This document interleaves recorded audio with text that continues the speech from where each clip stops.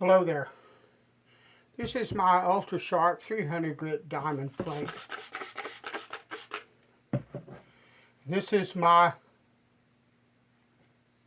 Imperial Frontier Double Eagle knife. We're going to go ahead and put an edge on this blade today. I'm starting with the diamonds more than anything else just because I want to use this diamond plate. I could easily have started with a medium or a fine India.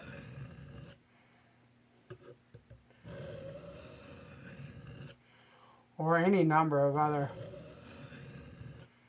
the Boreanics stones, for instance,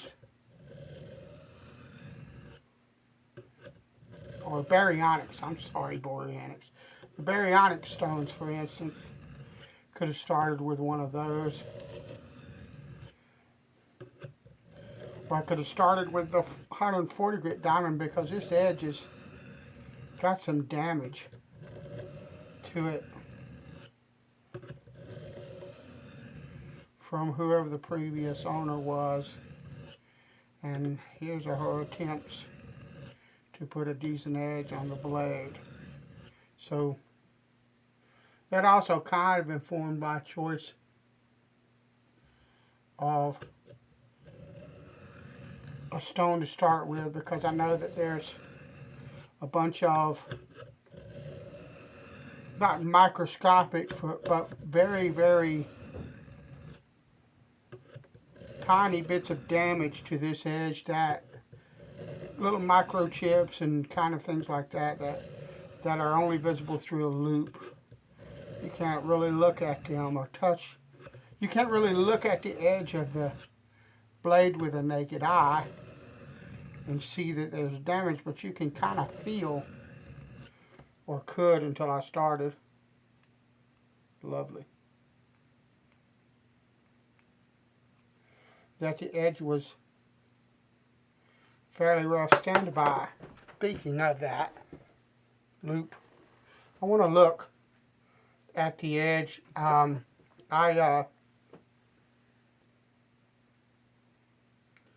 have a burr, but I want to make certain that the damage that was done to this edge has been taken care of. And that's one of the reasons that I started with the diamonds. The diamonds are fairly aggressive, and it has been. The diamonds are fairly aggressive, and they will get rid of those little microchips fairly quickly. And that was the point. So we are well on our way now. I want to talk to you a little bit while I'm doing this about what I think of as a more advanced technique. It's not got anything to do with a change in how you sharpen. In other words, the mechanics that I taught you and that I'm using right now still apply, but what you want to do is you want to now, I want you to, wow, I want you to start gradually moving from what you've learned to a more focused attitude when you sharpen. And what I mean by that is when I run this blade across the stone, I'm running it down like this and doing one of these numbers, okay? I'm running it down the stone. When I get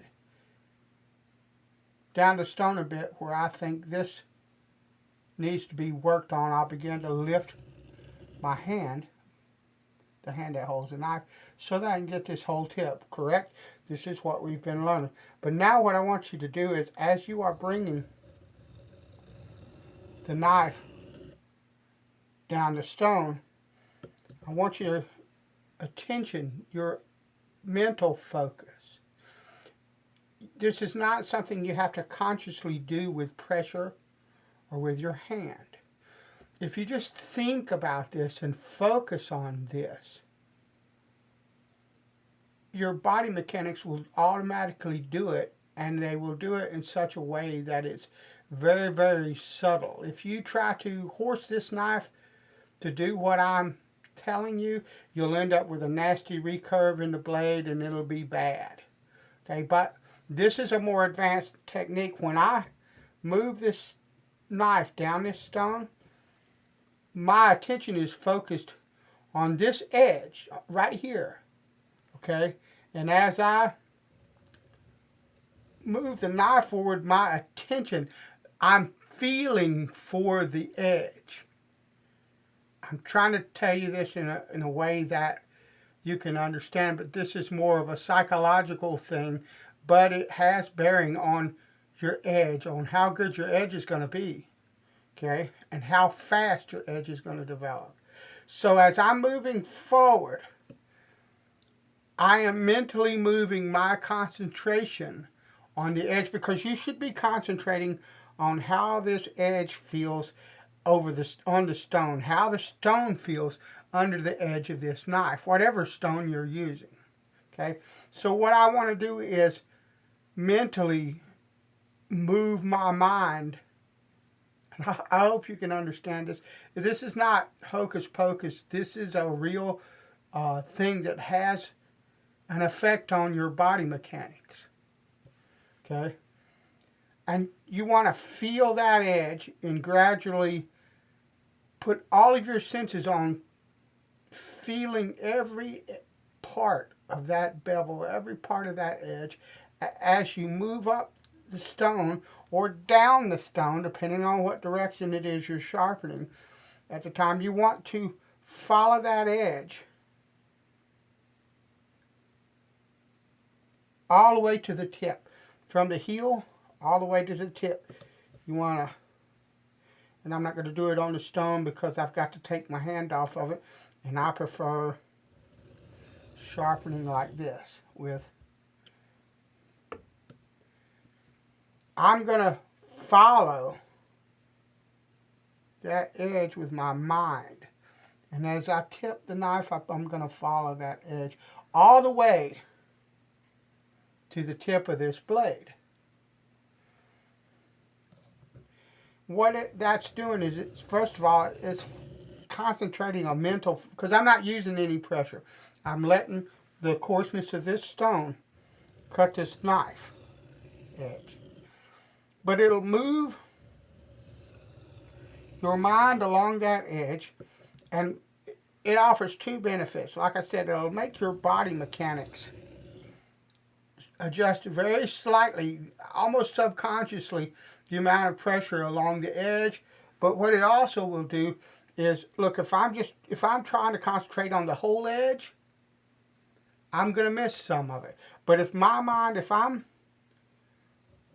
moving the knife up or down the stone, and my mind and my focus of attention is on the edge of that stone gradually moving up, you're going to feel differences in the bevel, little spots that aren't as smooth as others.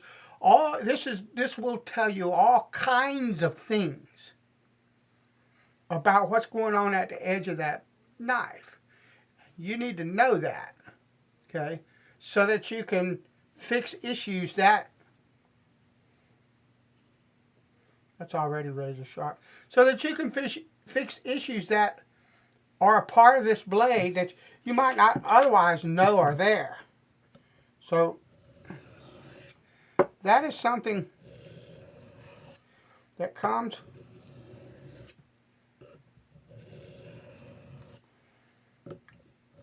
to a more advanced user. And if you've been watching this playlist,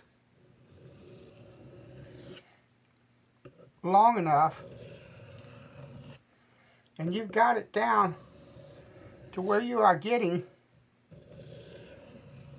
quality edges, then you need to start. You may already be doing it. That might just be something. Sometimes stuff like that comes naturally to some people. But just in case it's not, I wanted to let you know about that, because that is an advanced technique. And a lot of times you'll see people talking about moving pressure, graduating pressure across the edge of the knife.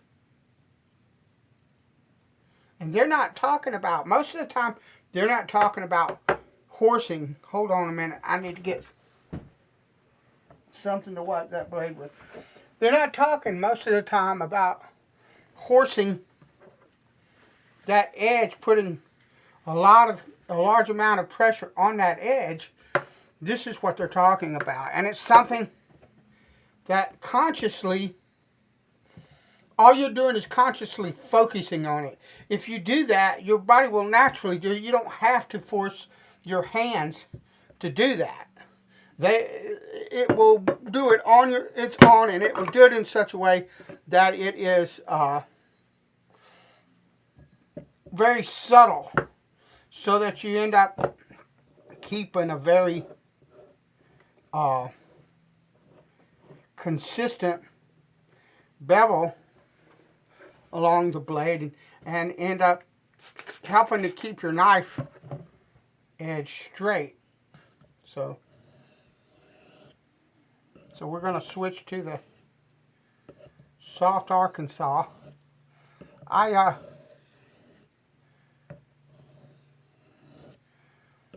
still, for me, this stone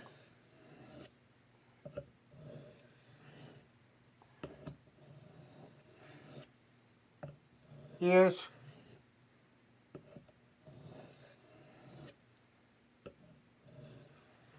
the king of knife edges, in my opinion. I like this edge on a knife that I'm going to work with more than any other edge that's out there. More than the finer Arkansas edges, more than the high grit Waterstone edges, more than 1,000 grit diamond plate, or any of those things. The edge that comes off a soft Arkansas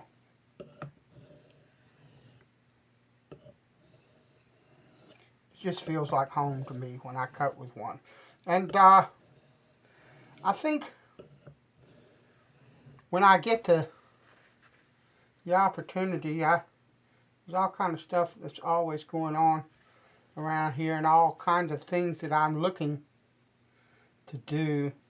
But I'm probably going to get a 1/2 inch thick like this, but 3-inch wide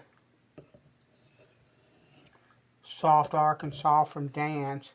And get it from Dan's because I know the quality will be there. That's one of the reasons I haven't done it before now, is that this soft here is really high quality.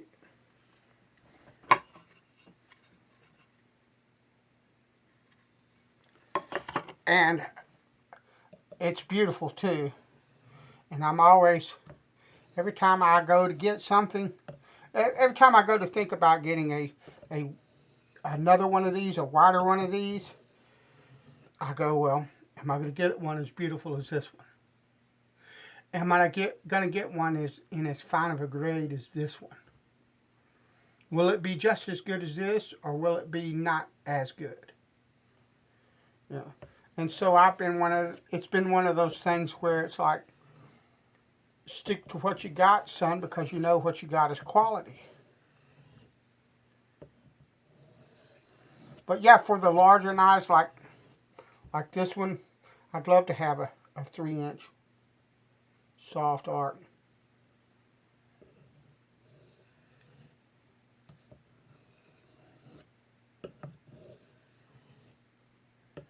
And I'm not using any pressure on this stone either. You can, but that bevel right there is beautiful. I think we're done. I'm going to check it. I'm going to look at it with a loupe, but that looks pretty smooth. You can use pressure on a soft arc. These respond well to varying types of pressure, depending on what it is that you are doing with the knife, or what you are doing to the edge. If you need it to cut more, you can use a bit of pressure. I'm going to go a bit more, and I am going to apply just a bit of pressure. But you can use a bit of pressure on the edge of a soft Arkansas to make it cut a bit faster, or to make it cut a bit faster. I generally don't really find that I need it, but this stone has smoothed out a lot of that diamond scratch pattern. When you look at it with the light reflecting off of it, it looks beautiful, but there's still just a bit of that scratch pattern there, and I don't mind. I probably won't take it all off even doing this, but I want to do a little bit more than what I've got, and this is probably going to be, that's probably enough right there to do everything that I want. Let me look.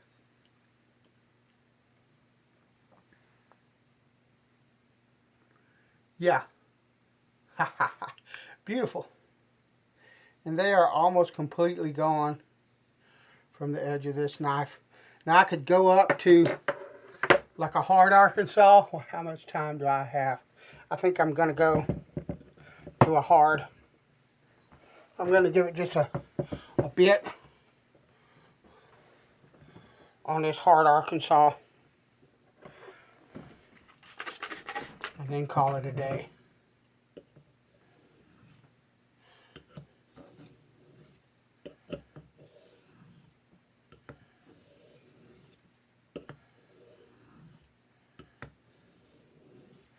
Not very many passes, 20 or 30.